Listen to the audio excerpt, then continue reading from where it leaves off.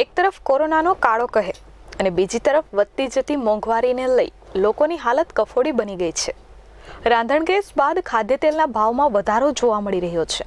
સિંગ તેલ અને કપાસિયા તેલના ભાવ આસમાને પહોંચ્યા છે, જેને લઈને સામાન્ય નાગરિકને ઘર ચલાવવું મુશ્કેલ બની ગયું છે. આમ જનતા પર મોંઘવારીનો વધુ એક માર. हर महीना उछले पेट्रोल डीजल का उछला है रोल शक्करबाई के कामोल. ખાદ્ય તેલના ભાવ આસમાને પહોંચ્યા. हर महीना उछले पेट्रोल डीजल का उछला है रोल शक्करबाई के कामोल. સિંગ તેલ અને કપાસિયા તેલના ભાવમાં વધારો. એક તરફ કોરોનાની મહામારી, બીજી તરફ રાત્રિ કર્ફ્યુ તેમજ ધંધા રોજગાર પડી ભાંગ્યા છે. આ બધા વચ્ચે મોંઘવારી પણ આસમાને પહોંચી રહી છે. થોડા દિવસ અગાઉ રાંધણ ગેસના ભાવ આસમાને પહોંચ્યા હતા, જેને લઈ ગૃહિણીઓનું બજેટ ખોરવાયું હતું. હવે ખાદ્ય તેલના ભાવ આસમાને પહોંચી ગયા છે. કરિયાણાના વેપારીઓના જણાવ્યા મુજબ પહેલા કપાસિયા તેલના 1400 રૂપિયા હતા, જ્યારે અત્યારે 1900 રૂપિયા જેટલો ભાવ થઈ ગયો છે. સિંગ તેલના પહેલા 1800 રૂપિયા હતા, તે વધીને અત્યારે 2000 થી 2200 સુધી થઈ ગયા છે. તેઓએ વધુમાં જણાવ્યું હતું કે વધી રહેલા ભાવોને લઈને તેઓ પણ ઓછા ડબ્બાની ખરીદી કરી વેચાણ કરી રહ્યા છે. તેમજ હવે લોકો ડબ્બાની જગ્યાએ કિલોમાં તેલની ખરીદી કરી રહ્યા છે. 1 કિલો તેલમાં પણ 50 રૂપિયાનો વધારો થયો છે. ગોપાલભાઈ, કરિયાણાની ચલાવું છું, પ્રોવિઝન ભેગું. સાહેબ અત્યારે સિંગ તેલ લ્યો, કપાસિયા તેલ લ્યો, બે સરખા ભાવ છે. 1900 રૂપિયા કપાસિયાના છે અને 2200-2000 સિંગ તેલના છે. સપ્તાહ પહેલાં સાહેબ આના હતા કપાસિયાના હતા કાંઈક 1400 રૂપિયા, એના અત્યારે ડાયરેક્ટ 1900 રૂપિયા થઈ ગયા છે.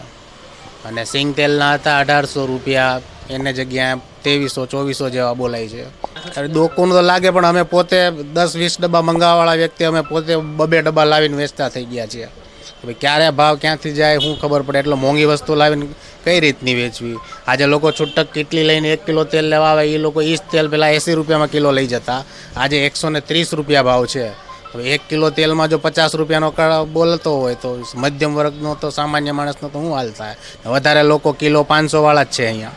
કોરોનાની મહામારી વચ્ચે લોકોના ધંધા રોજગાર પર અસર પડી છે. બીજી તરફ મોંઘવારી વધતા સામાન્ય લોકોની હાલત કફોડી બની રહી છે. લોકોને ઘર ચલાવવું હવે મુશ્કેલ થઈ રહ્યું છે. આ પહેલા રાંધણ ગેસમાં ભાવ વધારો, પેટ્રોલ ડીઝલ અને ખાદ્ય તેલમાં ભાવ વધારો જોવા મળ્યો છે.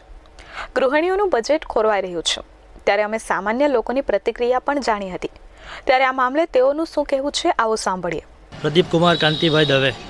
સાહેબ, આજે એક તો કોરોનાને લીધે લોકોની જે આર્થિક સ્થિતિ છે બહુ નબળી થઈ ગઈ છે અને લોકો રોજનું કમાઈને રોજનું ખાય છે. આવા બહુ મોટો વર્ગ સુરતમાં રહે છે અને એવા સમયમાં જો આવી રીતે ભાવ વધારો થશે તો લોકોની જિંદગી વધારે કથળી બનશે.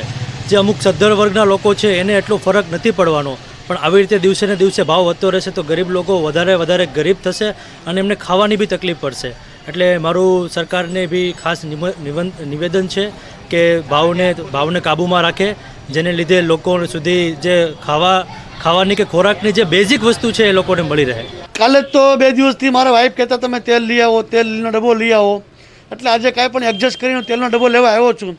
પણ ભાવ જાણીને મને અચરજ થાય છે કે હાલના દિવસોમાં આ અસહ્ય મોંઘવારીના કારણે, એક તો આ કોરોના, લોકડાઉન અને પરિસ્થિતિના કારણે અત્યારે ધંધા રોજગાર છે નહીં સાહેબ.